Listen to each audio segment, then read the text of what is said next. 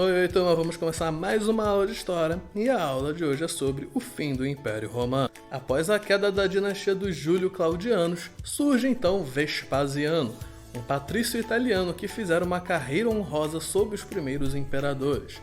Ele foi um bom soldado, bom administrador, cheio de bom senso e era muito diferente do grande senhor refinado e entusiasta que era Nero. Quando lhe disseram que os deuses o designavam para o império, ele sorriu e se perguntou somente se aqueles que lhe asseguravam isso estavam verdadeiramente persuadidos da causa dele. Vespasiano fundou uma nova dinastia então, a dos Flavianos, pois seu sobrenome era Flávio. Ele associou seu filho mais velho, Tito, ao exercício do poder também.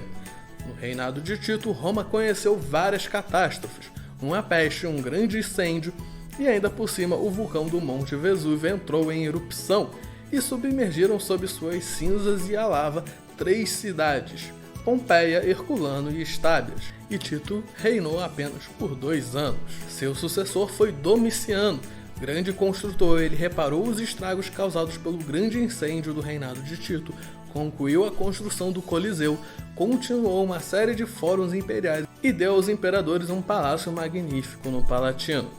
Porém, sua própria esposa conjurou contra ele, que morreu sob os golpes de seus próprios oficiais.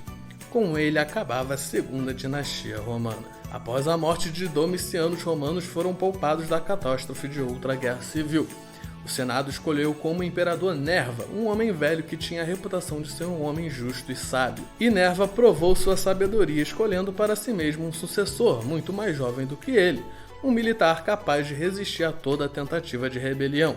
Este foi Trajano, e com ele começa a mais gloriosa das dinastias imperiais, a dos Antoninos. Cabe a ele o mérito de ter feito reinar a paz no mundo praticamente sem descontinuidade por quase um século, enquanto as províncias conheciam uma prosperidade sem precedente. Depois de Trajano veio Adriano, grande viajante apaixonado pelas coisas gregas e que reuniu em sua cidade de Tibur, perto de Roma, todas as paisagens célebres do Império.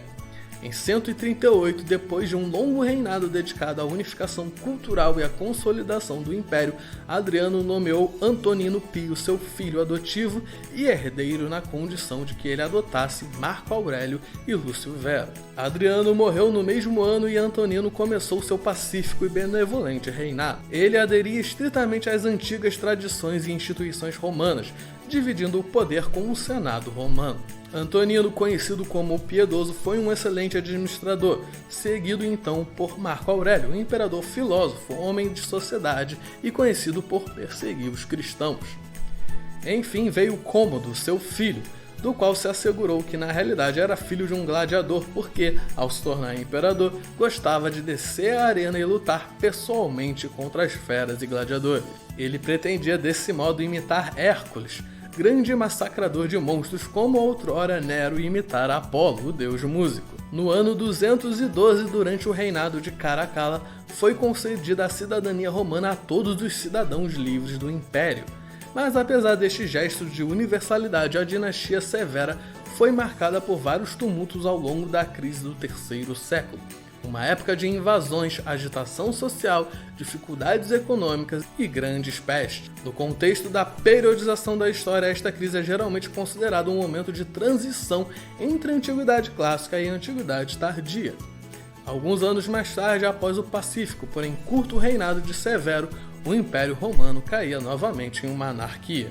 Não é fácil discernir as razões que precipitaram o vasto Império Romano, até então tão firme, num caos medonho, com um comandante de exército se declarando imperador e começando uma marcha para Roma que era quase sempre interrompida pela intervenção de outro pretendente a imperador. E nas fronteiras romanas, os bárbaros tornavam-se cada vez mais ameaçadores, penetravam nas províncias e os imperadores temporários esgotavam-se lutando contra esses inimigos que renasciam incessantemente. O Império Romano era vasto demais.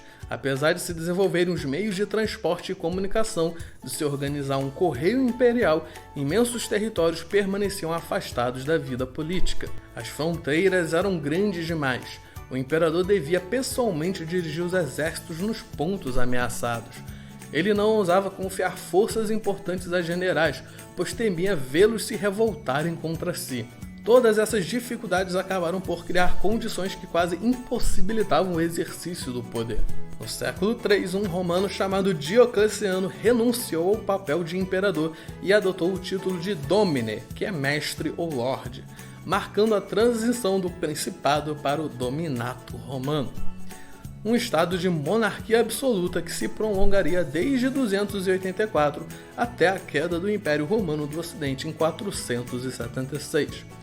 Diocleciano impediu o colapso do Império, embora o seu reinado tenha sido marcado pela sua perseguição ao cristianismo. Durante o seu reinado, o Império foi dividido numa tetrarquia de 4 regiões, cada uma governada por um imperador diferente. Mas no ano 313, essa tetrarquia entrou em ruína. O Império Romano tinha ainda, no entanto, muitos anos pela frente, mas se transformou no início do século IV de maneira profunda. Constantino, que tomou o poder após as guerras civis que marcaram o fim da divisão do Império em 4 imperadores, lhe deu um golpe fatal, criando uma segunda capital às margens do Bósforo, na cidade de Constantinopla, que se superpôs à antiga cidade de Bizâncio. Assim não eram mais os romanos, o que deles restava os senhores do mundo ocidental. Uma nova era começava. O cristianismo é reconhecido como religião oficial por Constantino. É o Oriente que definitivamente adquire a supremacia. O Ocidente, para renascer, passou pela prova da dominação dos povos germânicos. A sucessão de imperadores cristãos foi brevemente interrompida por Juliano em 361, que tentou restaurar as religiões romanas e helenísticas. Teodósio I, o último imperador a governar o Império Oriental e Ocidental, morreu em 395, após ter decretado o cristianismo a religião oficial do Império Romano. A partir do início do século V, o Império Romano começou a fragmentar-se, uma vez que o elevado número de migrações dos povos germânicos era superior à capacidade do Império em assimilar esses imigrantes. Embora o exército romano fosse eficaz a repelir os invasores, sendo o mais notável Átila o Huno, conhecido como o flagelo de Deus. O Império tinha assimilado de tal forma os povos germânicos com lealdade duvidosa a Roma que o Império começou a se desmembrar a partir de si próprio. A maior parte dos historiadores data a queda do Império Romano do Ocidente em 476, ano em que o último imperador do Ocidente, Rômulo Augusto, foi deposto pelo líder Hérolo Odoacro. No entanto, em vez de assumir para si o título de imperador, Odoacro submeteu seu domínio do Império Romano do Oriente, terminando assim a linhagem de imperadores ocidentais. Ao longo do século seguinte, o Império Oriental, conhecido atualmente como o Império Bizantino, foi perdendo progressivamente o domínio da parte ocidental. O Império Bizantino só terminou em 1453, com a morte de Constantino XI e a conquista de Constantinopla pelo Império Otomano. Mas isso é outra história.